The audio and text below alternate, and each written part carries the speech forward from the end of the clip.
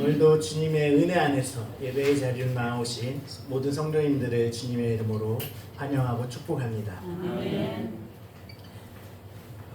아이들을 키우다 보면 가끔 그런 순간이 있습니다. 아이는 아무 생각 없이 그냥 아빠 손을 잡고 길을 걷고 있을 뿐인데, 사실 그 손을 잡고 있는 저는 주변을 살피고 또 길에 패인 곳이 없는지, 차를 보고 위험한 것은 없는지 계속 앞을 보고 있습니다. 아이는 다 알지 못해도 아빠 손을 잡고 그냥 걸어갑니다.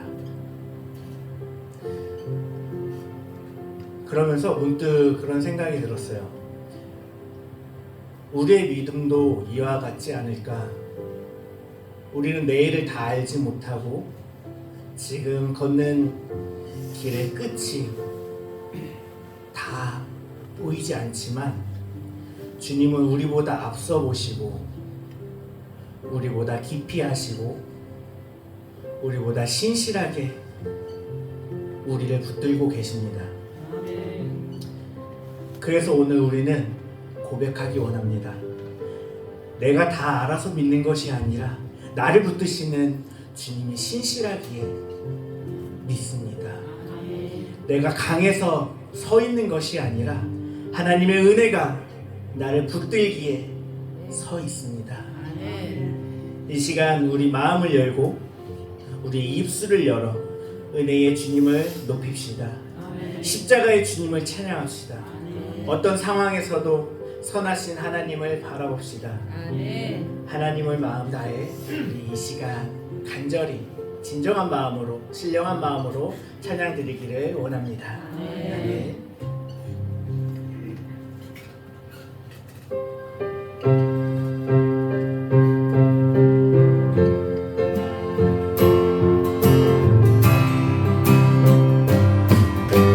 우리 다 같이 힘차게 어두운 밤에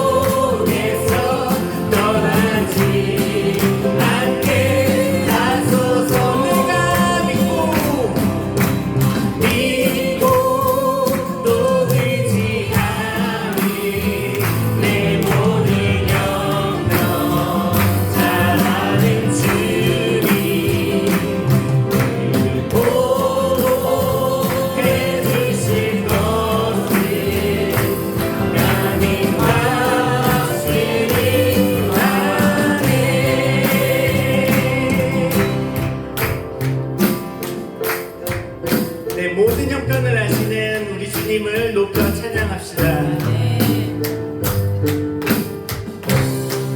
하나님의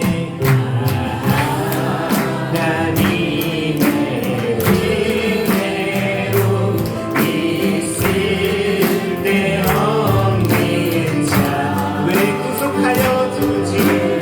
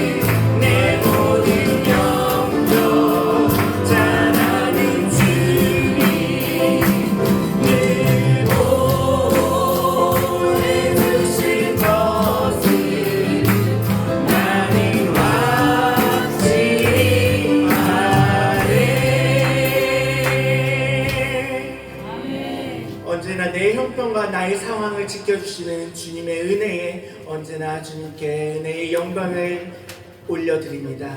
아멘.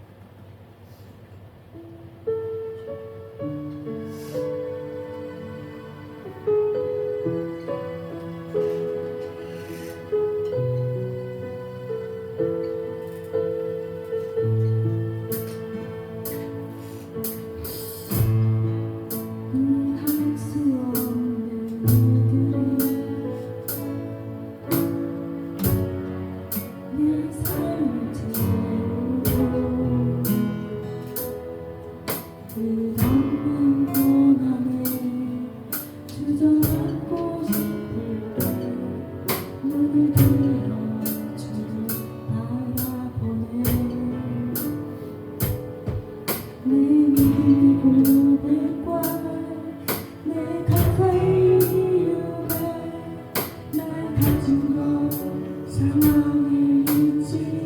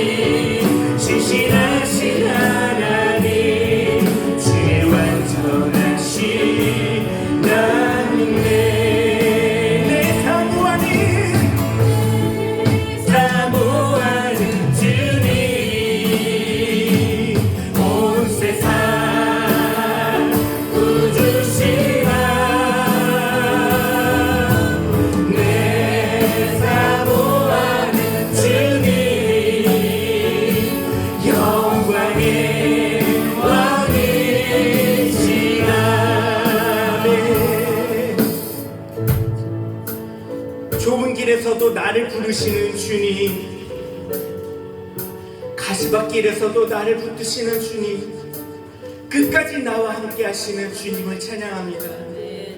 내 사모하는 주님, 온 세상의 구주이신 나의 주님, 영광의 왕이신 주님을 시간 높여 찬양드립니다. 님 다시 오실 때까지 나를 이 길을 가리라. 좁은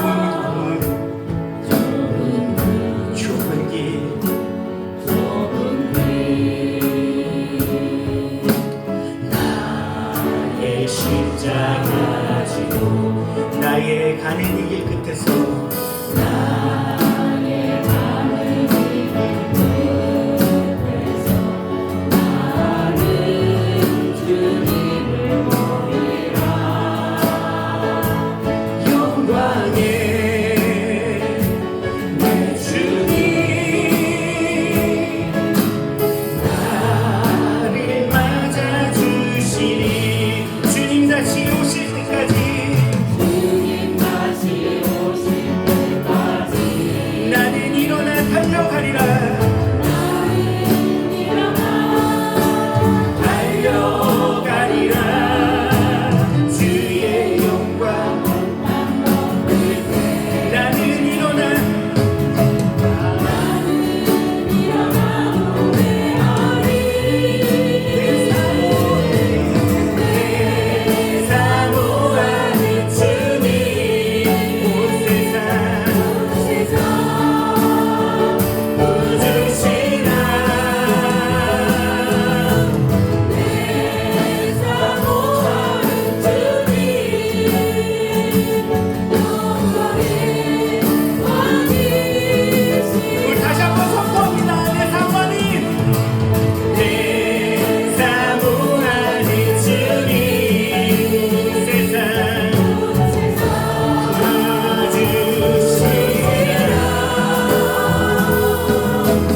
내 사모하는 주님, 영광의 왕이시라. 사모하는 주님, 온 세상 부르시라.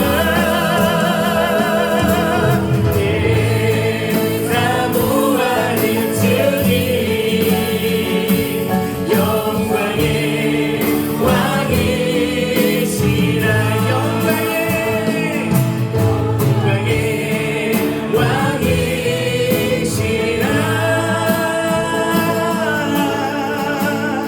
영광의 왕이시라. 아멘, 아멘.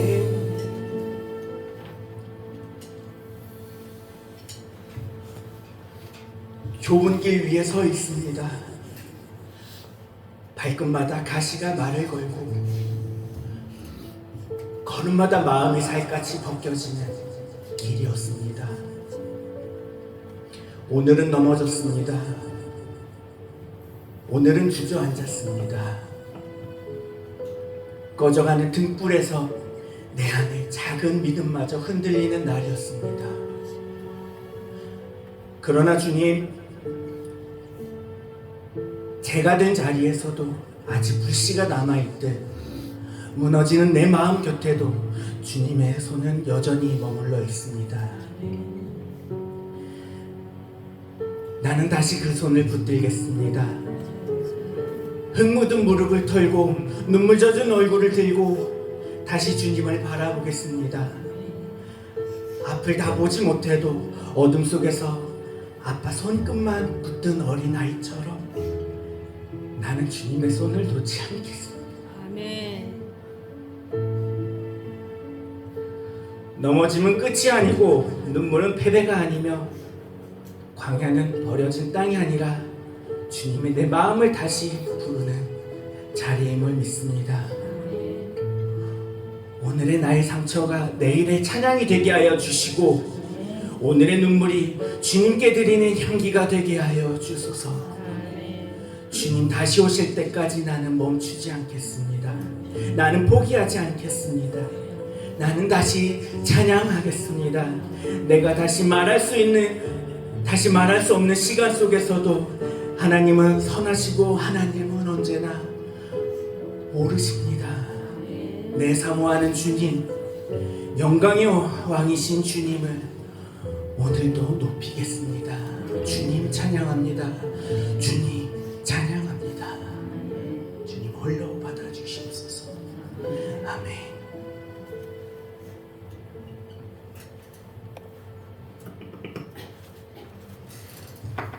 이 시간 박경아 집사님 기도 인도하시겠습니다.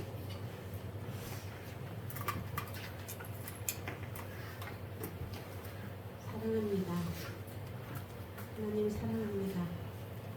사랑해준 내 아버지, 만유보다 크시며 전지전능하신 하나님을 찬양합니다. 하나님 알기를 갈구하며 하나님을 사랑하고 진리에 대한 목마름이 이 교회에 충만히 임하기를 원합니다. 화려하게 잘 맞춰진 예배가 아닐지라도 영으로 충만한 예배가 되게 하시고 영으로 찬양하고 영으로 기도하는 성령의 사랑, 성령의 예배자가 되게 하여 주시옵소서. 한 주간의 삶 속에서 육체의 정욕과 나의 능력으로 열심히 살아왔던 하나님 없는 모든 시간들, 모든 삶들을 용서하여 주시옵소서. 회개의 은혜를 부어주사 주님 앞에 거듭난 온전하여지는 시간 되게 하여 주시옵소서. 아버지 하나님, 세계 열방을 위해서 기도합니다. 전쟁의 고통과 가난의 굶주림 속에서 하나님을 모르는 작은 인생만을 붙잡고 살아가는 세상의 영혼에게 하나님 찾아가 주시고 선교의 터전에서 부르짖는 선교사님들의 그 부르짖음의 기도와 그의 복음이 구원의 능력으로 역사가 쓰여지게 하여 주시옵소서. 이 나라를 위해서 기도합니다. 대통령과 위정자들 공의와 정의로움으로 바른 정치를 펼쳐나갈 수 있도록 도와주시고 국가 완보와 경제가 사회적인 질서가 지켜지게 하여 주시고 6.3 지방 선거 속에서도 국민을 위한 소중한 일꾼들이 세워지는 거룩한 선거가 되게 하여 주시옵소서. 오늘도 말씀 전하시는 귀하신 사랑하는 목사님 계십니다. 성령으로 붙드시고 예수님의 능력을 힘입고 성령과 피로써 이끌어가는 주의 사명자가 되게 하시고 양들을 구원으로 인도하기 위한 처절한 몸부림의 기도가 능력이 되게 하시며 오늘 전해주시는 말씀 한 절 한 절이 영혼들이 반석 위에 세워지는 믿음의 시간이 되게 하여 주시옵소서. 그리고 순종하는 직분자들이 있습니다. 주님 붙들어 주시고 은혜 주시어 사랑의 수고의 열매가 하나님 앞에 상급이 되게 하시고 하나님께 영광이 되게 하여 주시옵소서. 모든 영광을 하나님께 올립니다. 사랑하는 예수님의 이름으로 기도드립니다. 아멘.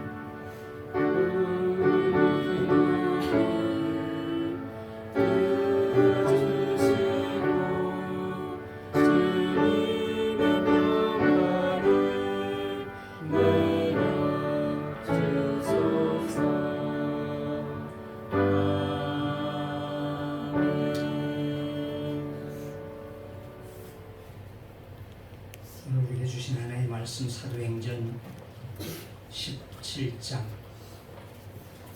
10절에서 15절의 말씀입니다.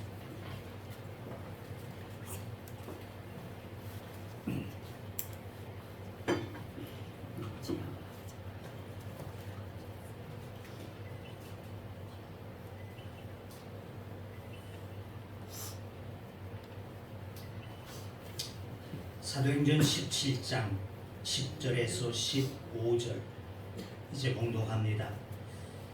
밤에 형제들이 곧 바울과 실라를 베레아로 보내니 그들이 이르러 유대인의 회당에 들어가니라. 베레아에 있는 사람들은 데살로니가에 있는 사람들보다 더 너그러워서 간절한 마음으로 말씀을 받고 이것이 그러한가 하여 날마다 상고하니라. 성경을 상고함으로 그 중에 믿는 사람이 많고 또 헬라의 귀부인과 남자가 적지 아니하나 데살로니가에 있는 유대인들은 바울이 하나님의 말씀을 베레아에서도 전하는 줄을 알고 거기도 가서 무리를 움직여 소동하게 하거늘 형제들이 곧 바울을 내보내어 바다까지 가게 하되 실라와 디모데는 아직 거기 머물더라. 바울을 인도하는 사람들이 그를 데리고 아덴까지 이르러 그에게 실라와 디모데를 자기에게로 속히 오게 하라는 명령을 받고 떠나니라. 아멘. 할렐루야. 기도합시다. 예배자 되시면 주시옵소서. 아멘.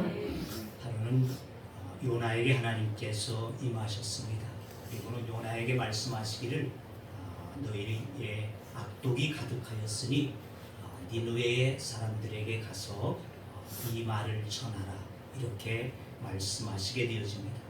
하지만은 요나는 그 니느웨 사람들이 그 자신들의 가지고 있는 것들을 늘 착취해가게 되어지는, 침략해서 자기들을 어렵게 하고 또 고통을 주게 되어지는 이와 같은 자들이었기에 그들에게는 도저히 하나님의 말씀을 전해주고 싶지 않았다는 것입니다.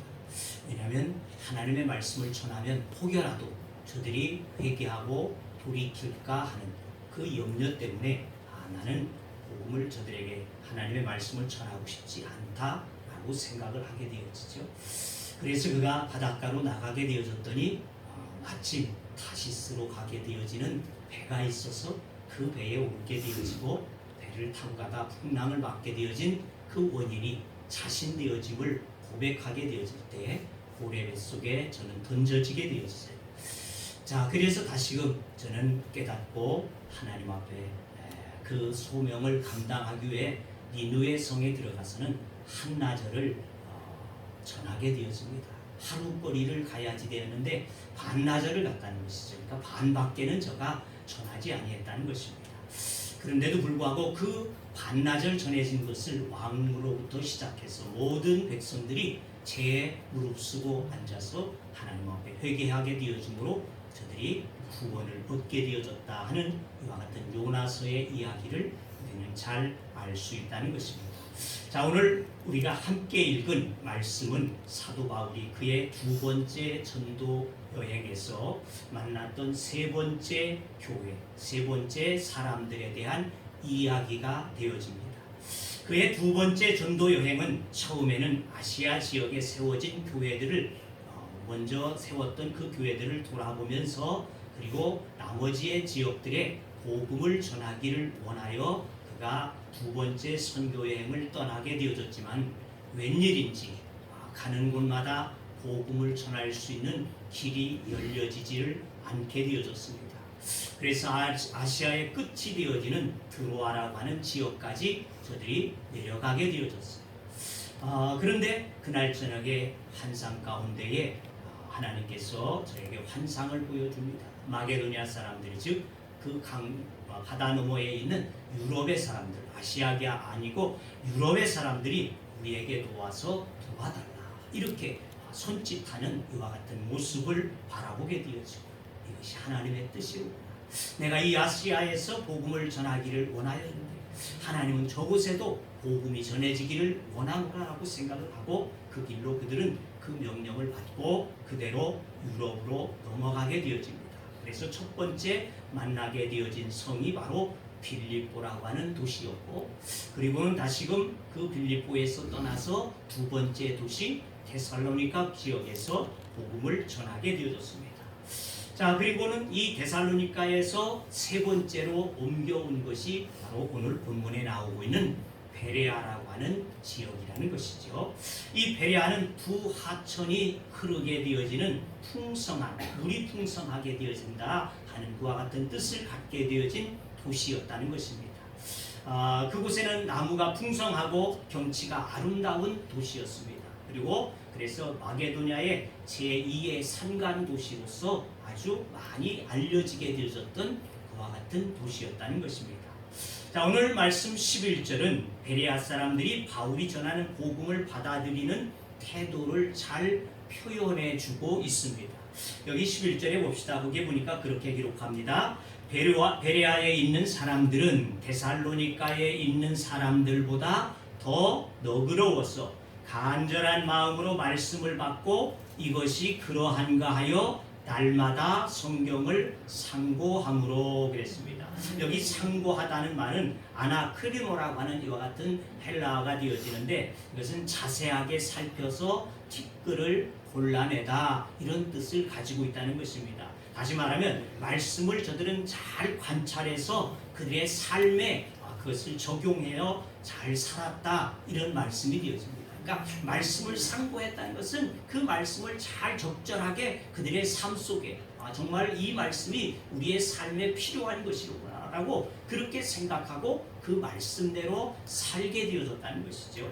자, 베레아 사람들은 날마다 그래서 성경을 상고하는 교회였다. 상고하는 교회. 후에 바울 사도는 그가 다녀오게 되어진 선교지들에 대해서 편지를 쓰신 것이 신약성경 13편의 서신서가 나오지 않습니까? 그러니까 13편의 서신은 바로 바울이 지나가면서 선교했던 그 지역의 교회들에게 하나하나 편지를 보내게 되어졌다는 것이죠. 그런데 우리가 잘 아는 대로 신약성경에 베레아서가 있을까요? 없어요. 없다는 것입니다. 그렇습니다. 베레아는 서신을 보내지 아니했다는 것이죠. 왜? 다른 지역들은 나름대로의 문제들을 가지고 있기도 하고 했다는 것이죠. 그래서 그들에게 견책도 하고 권면도 하고 이러하기 위해서 서신서를 보내게 되어졌지만은 이 베레아는 말씀을 보는 것 같이 그들이 날마다 하나님의 말씀을 상고하는 교회가 되어졌으므로 그 교회는 흠잡을 것이 없었다는 것이죠. 그러니까 그들에게 권고든지 견책이든지 이와 같은 훈계든지 이러한 서신을 보내야 할 필요성이 없었던 것으로 알고 있다는 것입니다. 자, 이 사도행전의 저자인 누가는 11절에 성경에서 표현하기 어려운 이와 같은 표현을 하고 있는 것을 우리는 볼 수 있습니다. 여러분들도 다 한번 짐작이 갈 것 같습니다. 그는 베레아 사람들의 점잖고 신중한 자세를 말하고 있는데 그런데 그는 이러한 그들의 모습을 구태여 데살로니가 교회 즉 이 베레아에 오기 직전의 교회인 데살로니가 교회의 사람들과 비교하고 있다는 것입니다. 여기 보니까 그렇게 말하죠.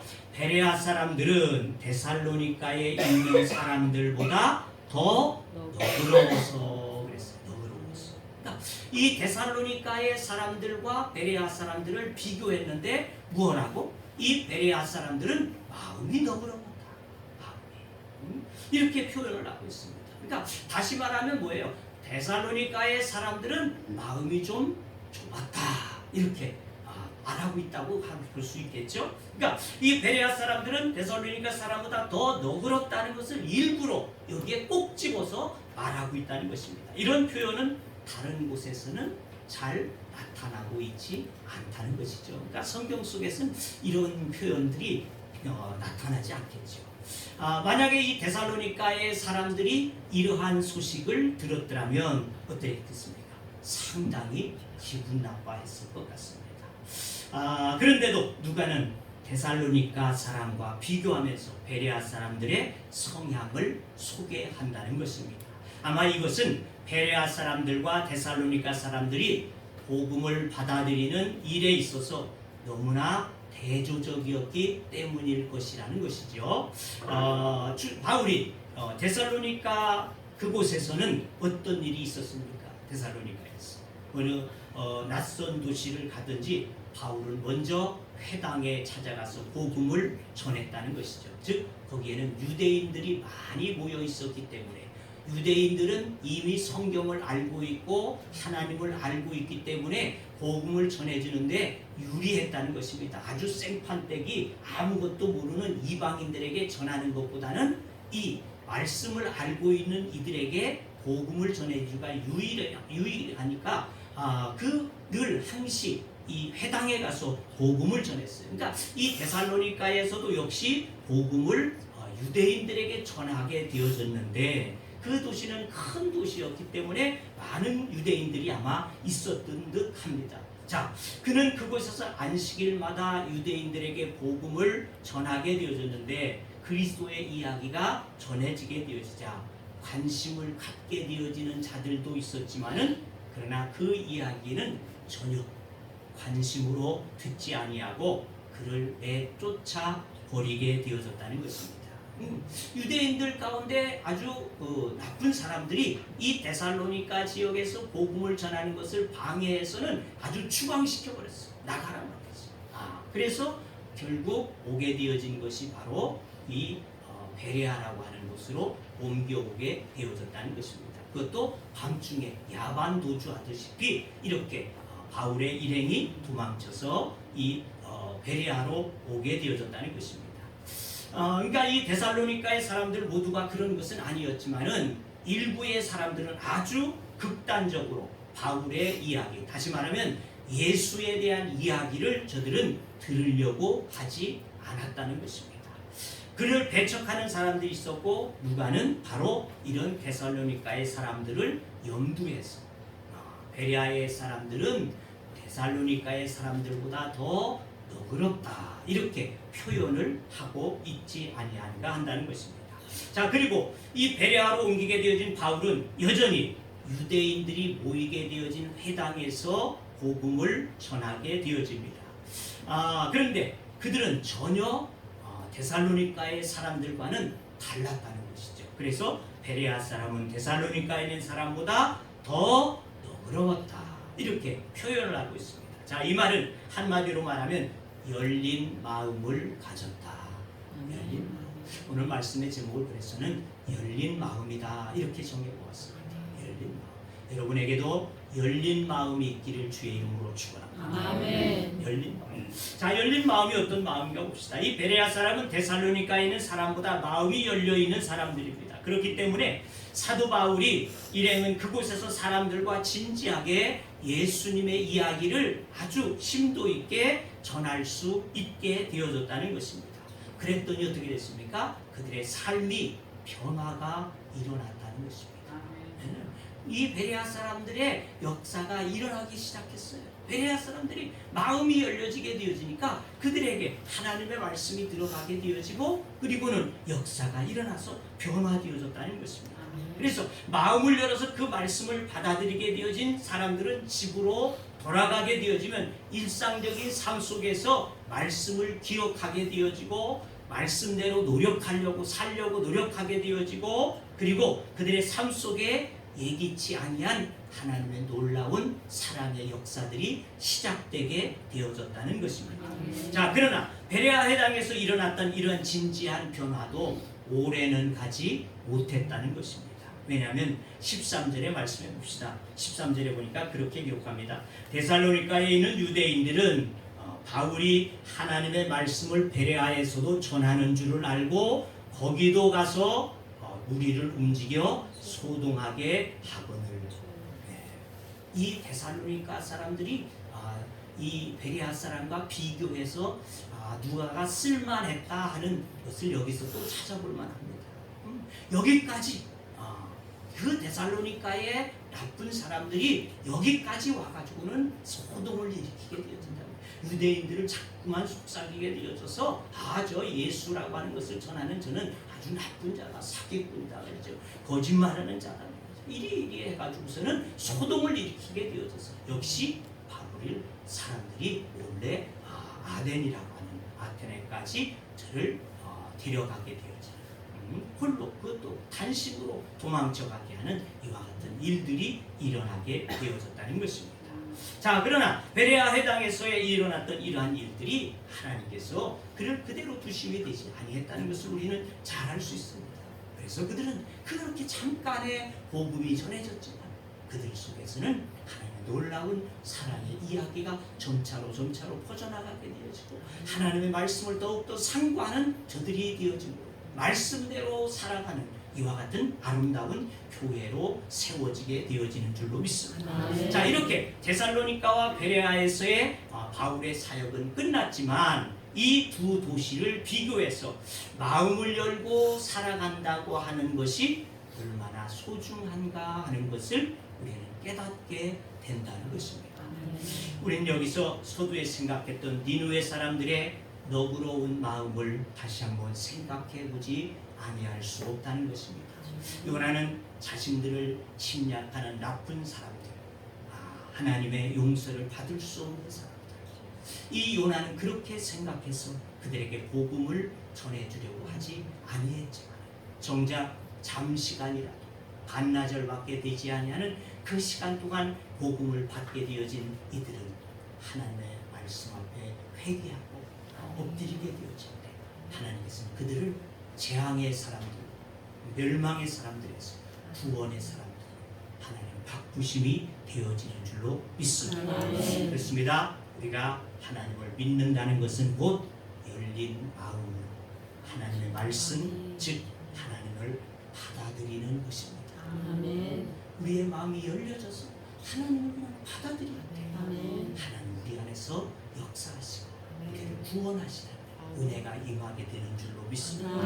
우리가 믿는 하나님은 날마다 우리의 삶 속에서 새로운 일을 행하시는 하나님이시기 때문인 줄로 믿습니다. 그러면 하나님을 향하여 그것이 어떤 것이다. 우리의 삶에는 여러 가지의 일들이 늘 일어날 수밖에 없습니다. 내가 생각할 수 없는 일들, 정말 그러한 일들이 우리들 앞에 늘 일어날 수 있다는 것입니다. 그러나 이 모든 것들을 마음을 열고 하나님의 마음으로 받아들이는 여러분들의 믿음이 되기를 주의 이름으로 축원합니다. 또 베레아 사람들의 열린 마음은 하나님의 말씀을 전하는 이 바울이었다는 것입니다. 말씀을 전해주고 있는 바울. 그러니까 말씀 이전에, 하나님의 말씀 이전에 그들이 받아들인 게 누구예요? 바울이라고 하는 이 사람을 받아들였다는 것입니다. 베레아 사람들이 참 놀랍다라고 생각할 수 있는 것은 또 뭐냐? 이는 낯선 사람이지 않습니까? 자기들은 유럽인이고 그는 아시아인이었다는 것이죠. 아주 낯선 사람이죠. 또 거기에 그는 준수하지도 못했다는 것이죠. 바울이라고 하는 사람을 학자들에 의하면 그는 키도 아주 자그마했다는 것입니다. 또 머리도 좀 벗겨지고 대머리였다고도 알려지고 있습니다. 아주 생기기도 잘생기지 못했다는 것입니다. 그리고 그는 다메섹에서 주님의 강렬한 빛을 받게 된 이후에 그의 눈은 아주 침침한 눈곱이 기슴치하게 늘 끼게 되어지고 아주 볼품이 없는 이런 이것이 바로 바울의 모습이었다는 것이죠. 그러니까 외인이요 생기기도 못생겼어요. 키도 작아요. 거기에다 대머리예요. 거기에 눈꺼풀은 늘 끼어 있어요. 눈도 잘 보이지 않아 침침해요. 이런 사람이 와가지고 뭐라고 자기들이 전혀 알아듣지 못하는 말을 떠들어대는데 그 말을 저들은 수용하고 받아들였다는 것입니다. 그를 받았다는 겁니다. 그를 받아들였어요. 그러니까 낯선 이 한 사람에게 자기들의 마음을 열었다는 것입니다. 얼마나 참 놀라운 이 베레아 사람들인지 우리는 잘 알 수 있다는 것입니다. 정말 그들의 마음이 얼마나 너그러웠는가 하는 것을 한번 생각해 볼 수 있다는 것이죠. 자, 그런데 그런 바울을 받아들였을 때에 그들은 그 어느 누구를 통해서도 들을 수 없었던 하늘의 은혜사, 하나님의 말씀을 받을 수 있는 은혜가 신비한 역사가 일어나게 되어진 줄로 믿습니다. 그들의 인생은 바꾸어졌습니다. 이 땅의 사람들로 하나님의 나라의 사람들로 바꿔지는 놀라운 은혜와 축복의 역사가 임하게 되어진 줄로 믿습니다. 비단 바울뿐이겠습니까? 기왕에 하나님께서 메시아 대신 예수님을 이 땅에 보내어 주실 때에 모든 사람들이 한눈에 보아도 저가 메시아다 이렇게 알 수 있게끔 어떤 특별한 분장을 해가지고 하나님이 이 땅에 뿅 하고 나타내셨다면 유대인들이 어땠을까요? 메시아가 오셨다. 다 환영하고 받아들였을 거예요. 그런데 그는 똑같이 동일하게 한 목수의 가정에 말이죠. 가난한 목수의 가정, 천대받는 목수의 가정, 그 가정에서 태어나게 되었죠. 똑같이 그 속에서 생활하게 되었죠. 똑같이 그 아버지를 쫓아서 목수 일을 하게 되었죠. 이 평범한 예수를 어찌 저가 메시아다 하고 받아들일 수 있었겠느냐. 단지 그가 외치게 되어지는 소리를 듣게 되어질 때 좀 뭔가는 다르다. 율법사들이나 제사장들이나 그들이 하는 말과는 좀 뭔가는 다르다. 이 정도로는 알 수 있었지만 평범하게 오시게 되어진 그 예수를 보았을 때 그들은 그 누구도 메시아로 받아들일 수 없었다는 것입니다. 하지만 그러한 가운데서 가난한 자, 병든 자들 그들은 예수님을 메시아로 영접하고 받아들이게 되어질 때에 놀라운 일들이 그들에게 일어나게 된 줄로 믿습니다. 아멘. 예수를 통해서 하나님의 나라를 반드시 경험하게 되어진 줄로 믿습니다. 아멘. 평범하신 예수 그분을 향하여서 마음을 여는 자는 새로운 인생이 열려지게 된 줄로 믿습니다. 아멘. 복음을 대하여 말씀에 대하여 예수 그리스도에 대하여 마음을 여는 우리가 되어질 수 있기를 주의 이름으로 축원합니다. 아멘. 이렇게 본다면 내가 만나는 한 사람 한 사람에게 대하여 마음을 열고 소중히 대해주는 일은 참으로 중요하지 아니할 수 없다는 것입니다. 성 프란시스코라고 하는 사람의 일화에 이런 이야기가 있습니다. 어느 날 문둥병이 걸리게 되어진 자가 그의 집에 찾아오게 되어졌습니다. 그리고는 나를 오늘 하루를 좀 묵고 지나갈 수 있게 주소서 이렇게 당부를 하게 되어집니다. 그래서 성 프란시스코가 그래도 성자이니까 그를 맞아들였습니다. 그리고 그에게 식사도 제공하고 잠자리도 잘 마련해서 여기에서 주무십시오 이렇게 권했다는 것이죠. 그런데 이 양반이 문둥병이 들어서 진물이 질질질 흐르는 이 양반이 나는 당신하고 자겠다는 거죠. 당신의 침대에서 같이 자겠다는 거예요. 아니라고 내가 좋은 침상을 마련했으니까 거기서 주무시라고 사양을 해도 아니라는 겁니다. 나는 꼭 오늘 당신하고 자야 되겠다는 거예요. 그래 할 수 없이 그를 끌어안고 한 침대에서 잠을 자게 되었다는 것이죠. 자다가 좀 이상한 느낌이 들어서 뚝 눈을 떠봤더니 그가 바로 주님이었다. 그리고 그 깨닫게 되어지는 순간에 그는 어디론가 사라지고 없어졌다. 이러한 일화가 성 프란시스의 이야기 속에 나와지고 있습니다. 아브라함이라고 하는 사람도 또 있습니다. 아브라함이라고 하는 사람도 지나가는 나그네들을 불러서 우리 집에서 좀 쉬었다 가시오. 이 무더위에 어디를 그렇게 가십니까? 내가 물을 가져오더니 발도 좀 씻으시고 내가 조그만 음식도 만들 테니 좀 잡수시고 좀 쉬었다 가시오. 이렇게 당부하게 되었죠. 그 결과가 어떻게 되었습니까? 하나님이 약속하셨다. 그 후손에 대한 약속. 그 약속을 받을 수 있는 은혜가 그 손님들을 접대하게 되었죠. 바로 그가 누구예요? 하나님과 하나님의 사람들이었다.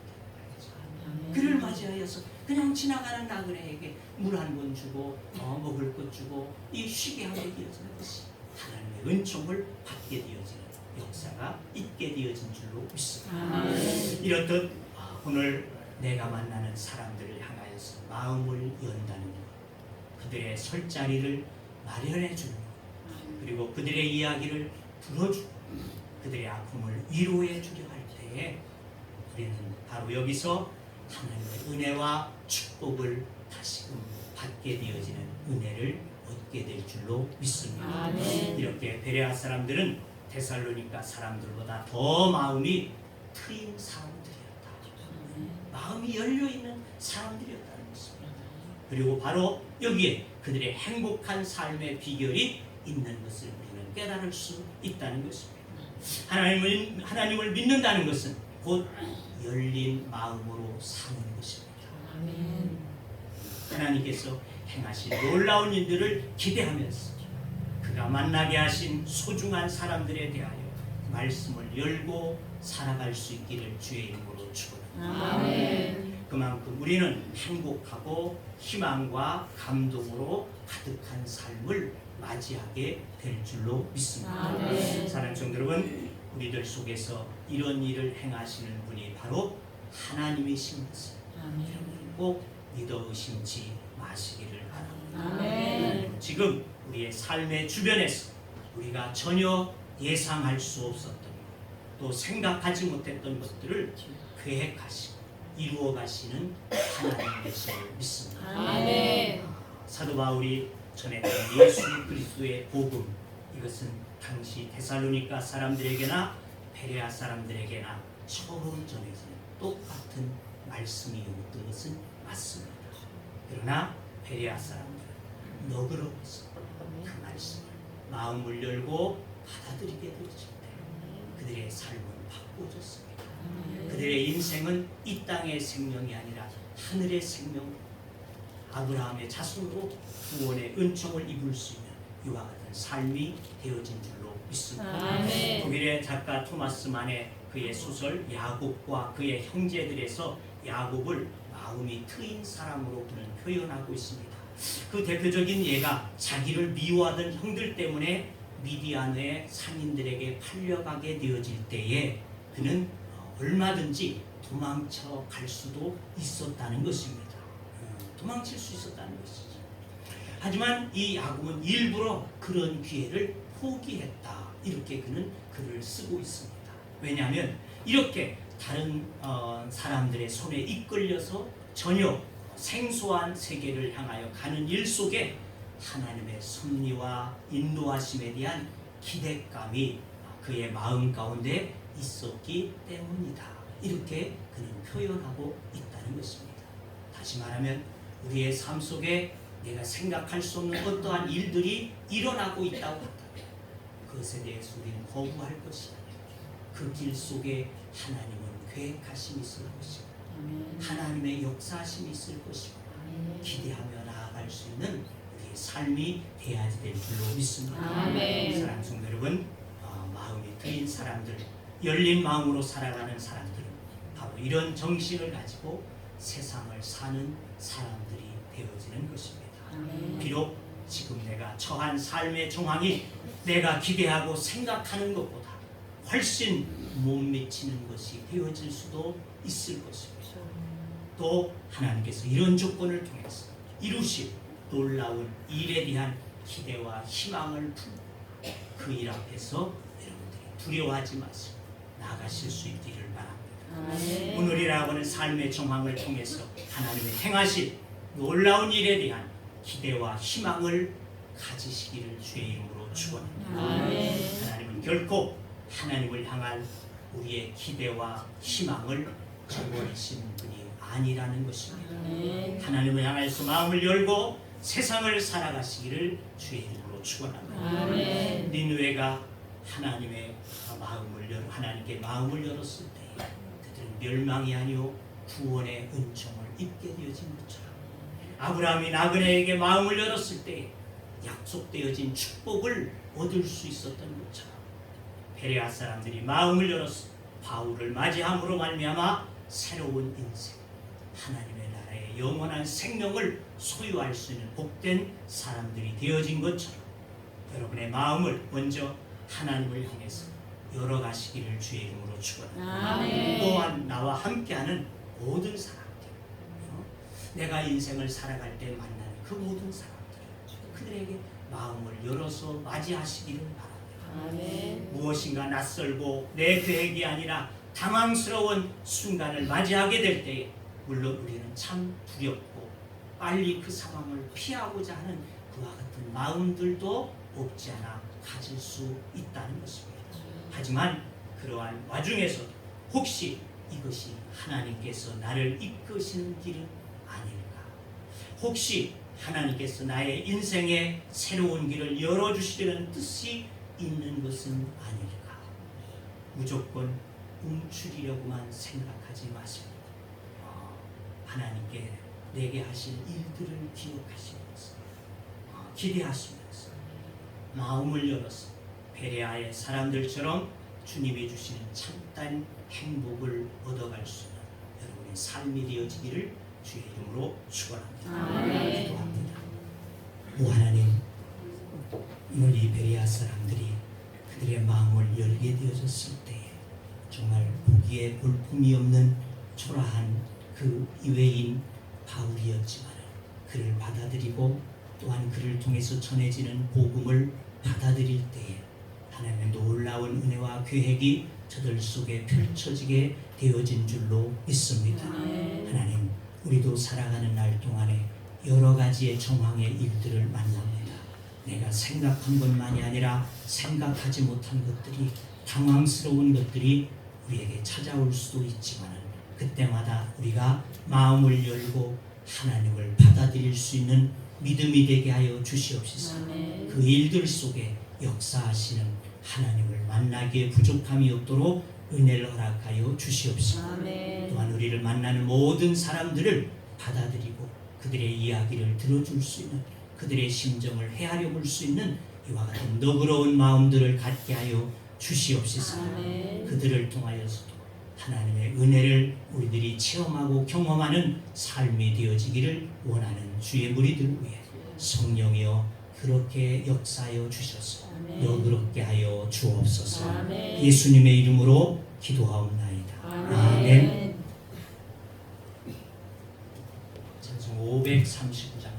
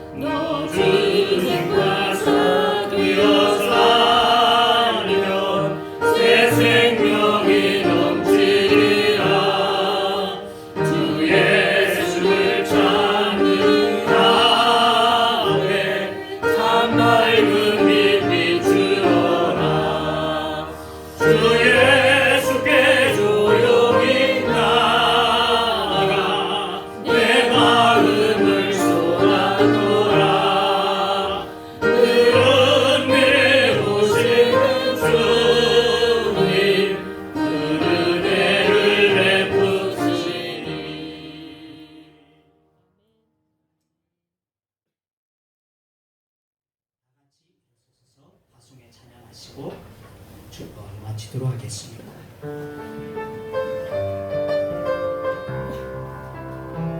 교회를 교회되게 예배되게 우리를 사용하소서. 진정한 부흥의 날 오늘 임하도록 우리를 사용하소서.